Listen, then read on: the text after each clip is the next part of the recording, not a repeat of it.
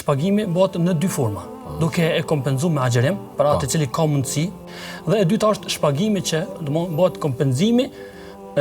me ushqim. Andaj dietarët kanë diskutuar se çfarë është ajo që duhet jepet për të varfrin apo sa sasia e saj, e kanë cekë që është gjysma e një sas, që është një si matëse e cila ka parafërsisht ndoshta afër 3 kg, dhe gjysma e kësaj me ushqim, qoftë nga milli, qoftë nga pasuri, ushqim që përdoret tek vendi ku është besimtari.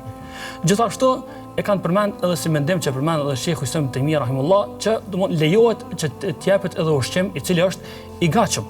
Sikurse